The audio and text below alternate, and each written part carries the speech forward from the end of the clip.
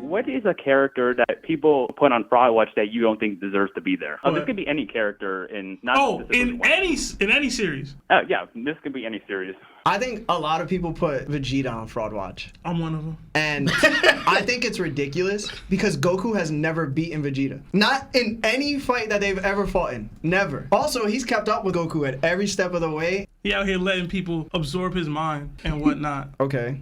Nah, man, I don't like that. I just don't like how Vegeta goes about it sometimes, man. I know GT not canon. Vegeta's also a great father.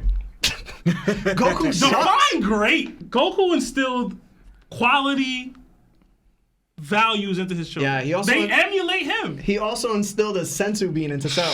He gave them children a role model to look after, man. Yeah. Who was training the Saiyans after somebody... Vegeta out here letting strangers manipulate his mind so he can get stronger, man. Because he insecure. So when you train hold on. When you train under somebody, do you not let them manipulate your mind? It's not the same, and you know it. It's not the same, and you know it, Larry. It's not the same, and you know it. But okay. It wasn't like he made him get stronger. It made him unlock a side of him that he kind of shifted away because he was learning to be more human-like. To be a better dad than because Goku. He was scared of what that meant for him. He let some stranger manipulate his mind. No, he's not because he was scared. He wanted that. Shook it. He wanted that. It's not. I'm not saying it's good. I'm not justifying it. But he wanted that. He wanted that dog back. Yeah, he wanted that. But warrior that dog that had been tamed, bro. Bulma did that. Yeah, he didn't want to be tamed anymore. Bulma the only non-fraud in Dragon Ball Z, bro. The third Hokage, bro. The third gets a lot of slack for being like a bad parent and not raising Naruto right and everything, or not being there and not providing much. But he had a village to run, man. That's not his kid. Jiraiya needed to step up, all right? And he didn't. Y'all all love Jiraiya, but hate the third. But the third was busy. Jiraiya was operating and navigating and looking for Orochimaru, and Orochimaru still raised the village, still attacked Konoha, still did all the things he was trying to do while Jiraiya was supposedly chasing hoes. Yeah, but come on, man. Third get all the hate. Third get all the slack. Yeah. But Jiraiya gets the easy pass because he got bro.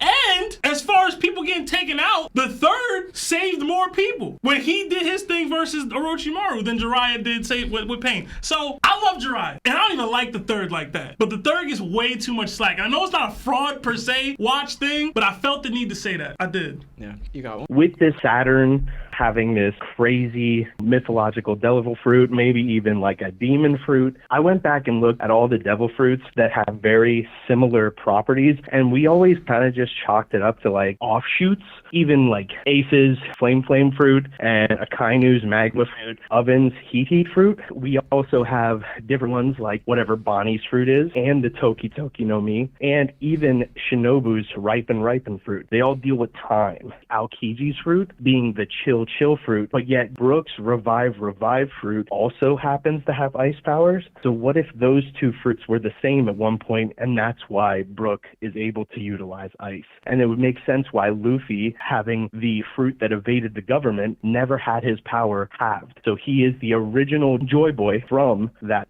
time because they were never able to split his fruit up. But what if at one point, way back during the Ancient Kingdom, they were all just one fruit, or they actually belonged to somebody in the Ancient Kingdom? And what happened was, once the Gorosei and Imu rose up and destroyed the Ancient Kingdom, they decided that those powers were too great for everyone to have, and for the possibility of it reincarnating somewhere else and being someone else's power that could possibly rise up against them. And as you know, with devil fruits, dreams are what make them happen. But what if dreams could also make them stronger? So they decided not to take the chance on it, and they ended up splitting the fruits into different fruits to keep them separate so the power would never actually grow to be an opposing threat to them. I like it. I like that's different. Yeah, I don't think I've different. ever heard that before. Yeah, same. I like it. I don't know if I would want it, but I like it. Now fruits have seeds in them. Mm-hmm. Like them taking the seeds out of those fruits, and that's how they separated and became variations of the same ability. That's what my mind went to, but that's what I thought of. Majority of fruits have seeds in them. Except Costco watermelons. It's oddly specific. My theory's a little wild, it's out there, but what if rocks is Dragon. All right. All right. What do you mean? Yeah, like Hold on. he Go was off. doing all that stuff. He brought the crew together like Luffy did. It's around the same age as what Luffy was when he was making moves starting out. I can see it. I can't see it. I can't see it at all. I'm not trying to be disrespectful, Joe, but he don't seem old enough. We talking about a guy that was the captain of a crew that had a young white, like prime-ish white beard, young Kaido, Big Mom, Shiki, etc. All these other peoples that was legends in the game of their time. Yeah. We saw Dragon interact with Vegapunk on panel. A 17-year-old is out here telling Whitebeard what to do at 34 or whatever age Whitebeard was at the time. I mean, Jinbei, like, how old? Chill out, compared to man. Luffy, bro. But him being the captain of Whitebeard, Big Mom, and Kaido at the age of, like, if the flashback was when Oden was 41 years old. Again, Dragon is the same age as Kaido. They're both 55. So, like you said, it's a span of 15 to 17 years old, him being the captain of these grown, strong men who were considered monsters. And Joe, you gotta remember, Garp was there. So that means Garp would have seen who was the captain was, and Sengoku like really much knows the story. Garp was fighting Dragon. I get it now. Yeah, that's why they don't talk, bro. That's like, I see it, Like Joe. I'm still hurt. Yeah. You don't want to talk about it? I see it, Joe. Joe, I get it, Joe. Oh, man. I don't know. It's wild. I don't know. I just wanted to throw it out there, see what you guys think. Yo, keep throwing it, man. Pause. Pause, bro. Why, bro? Why? Bro, yo, Joe, they say you driving under the influence, bro.